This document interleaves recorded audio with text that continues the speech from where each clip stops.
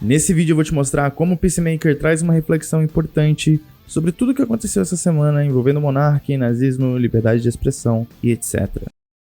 Peacemaker é uma das melhores séries atuais e é impressionante como uma série americana pode fazer tanto sentido para nós brasileiros. A série é a continuação do que aconteceu lá no filme do Esquadrão Suicida do James Gunn, que é o Esquadrão Suicida bom, em relação ao personagem do John Cena, que é o Peacemaker.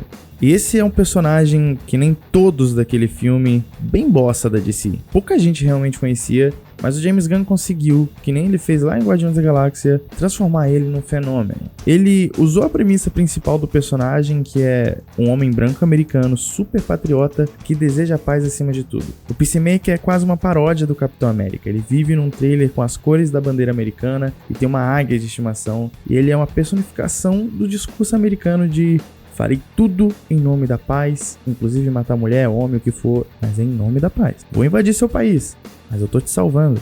Só que a melhor coisa que foi feita com o personagem é que atrás de toda a comédia existe um drama muito sério. E por mais que eu vá fazer um vídeo tratando dessas partes leves da série, nesse aqui eu quero falar mais sério. Então já se inscreve pra ver outros vídeos que vão sair sobre a série, porque tem muita coisa pra falar.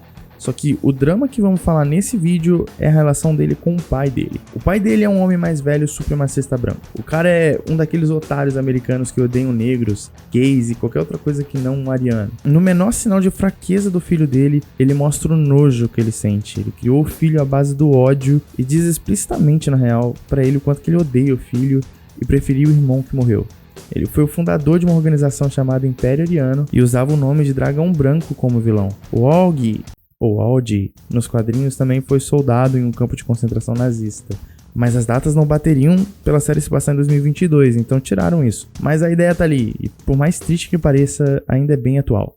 No seu Império Ariano, o objetivo era matar todos os negros, e unicamente isso. E ele treinou os filhos para assassinar e se tornarem nazistas como ele. E o que mais choca nisso tudo é quão atual esses assuntos são. Essa semana nós tivemos a fala do Monark, onde ele diz: eu acho que o nazista tinha que ter o partido nazista. Eu acho que não. Reconhecido Lembra, pela liberdade. lei. E por mais que eu ache que ele não seja, por si, um neonazi, ou fique em chance compartilhando meme antissemita, ele contribuiu com o discurso dele para a causa desses ratos que ficam na internet buscando a validação para esse discurso imbecil deles. E vendo que se seguiu disso, com um jornalista fazendo um gesto de saudação nazista ao vivaço na TV e um monte de outros ratos defendendo o que foi dito e feito, você percebe como isso tudo, por mais absurdo que seja, está tomando corpo. Na série, a Liotta tem uma discussão com o vigilante sobre o pai do Peacemaker, sobre como não há nada a ser recuperável naquele cara, sobre como não há nada a ser amado nele.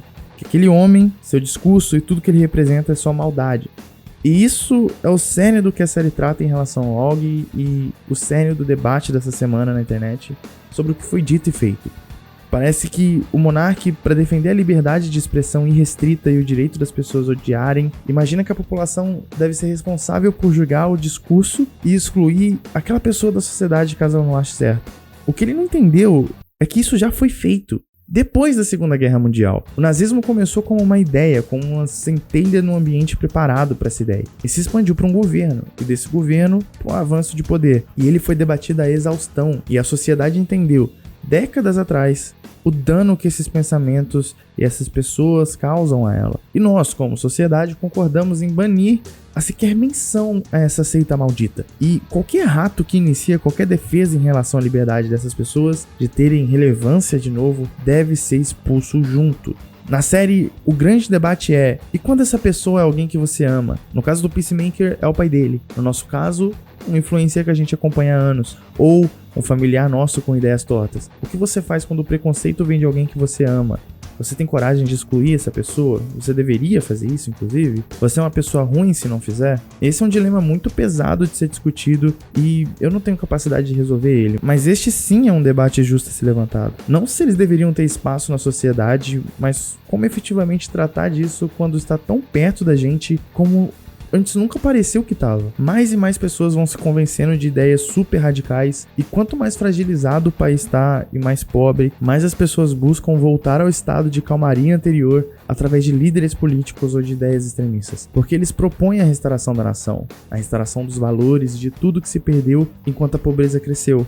E foi exatamente no momento de pobreza do povo alemão, de revolta da população pelo estado que o país se encontrava, que esse discurso de Alemanha acima de tudo ganhou força. Porque eles buscavam um salvador para o que estava acontecendo e precisavam de um culpado. Então esse salvador aparece e culpa um grupo da sociedade ou alguns grupos. E todos aqueles que seguem o líder olham para esses grupos como os vilões e partem para cima deles e tratam como animais que não merecem nada mais do que a morte pelo que o país está sofrendo, como se fosse culpa deles, porque o ditador disse isso, porque o grande líder disse isso. Discurso de ódio contra gays, contra medidas políticas em prol de negros, a normalização de discursos que segregam pessoas, eles são cada vez mais comuns e cada vez mais aparecendo no programa de grande massa, como televisão, como aconteceu no caso do jornalista, e em programas de internet como podcasts, que são plataformas de comunicação paralelas, que na verdade hoje se tornou mainstream, não é mais paralelo. E nos Estados Unidos, tivemos que presenciar uma passeata neonazista em Charlottesville, temos que ver a invasão do Senado americano, vemos cada vez mais escrachadas coisas acontecendo. E vale lembrarmos que o Brasil é uma grande mímica do que acontece por lá. Um presidente de direita com discurso mais severo entrou no poder,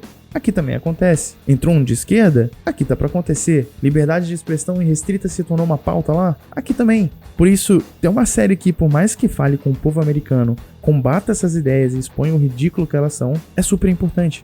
E através da cultura, talvez, a gente possa conter essa crescente desses pensamentos extremistas e preconceituosos. Talvez com mais séries abordando esses assuntos, mais pessoas entendendo a gravidade desses assuntos, compreendendo os sinais que eles fazem e, enfim, os dog whistles que existem. E caso você não saiba o que é dog whistle significa apito de cachorro. Significa que existe um apito que os treinadores de cachorro usam, que quando você sopra ele, somente o cachorro consegue ouvir. E nós humanos não conseguimos ouvir por causa da frequência, mas o cachorro consegue. E é basicamente esse é o conceito. São sinais que só essas pessoas conseguem compreender. São sinais que só eles, entre eles ali, conseguem entender o que significa. Isso são dog whistles. E se você parar para pensar e pesquisar um pouquinho sobre, você vai ver o quanto de dog whistle já aconteceu aqui no Brasil nesses últimos anos e quanta coisa está sendo passada. E quando você olha para esses dog whistles e fala que eles são o que eles são, as pessoas te chamam de louco ou falam que você tá vendo coisa onde você não tem que ver, e essas pessoas passam impunes enquanto você sai de louco. Só que se você sabe quais são esses dog whistles, quais são esses sinais, você se protege e consegue colocar a luz em cima da situação quando você presenciar ela. O personagem do Og é mais do que importante pro contexto que a gente tem hoje e pros discursos que a gente ouve hoje. É isso por hoje. Se gostaram, se inscreva, deixa o joinha e comenta aqui embaixo o que você achou da série. Ela ainda não acabou e a gente vai fazer um vídeo quando ela acabar sobre outros assuntos, outros personagens, outras coisas dentro da série, contextos da série. Então se inscreve e até a próxima semana.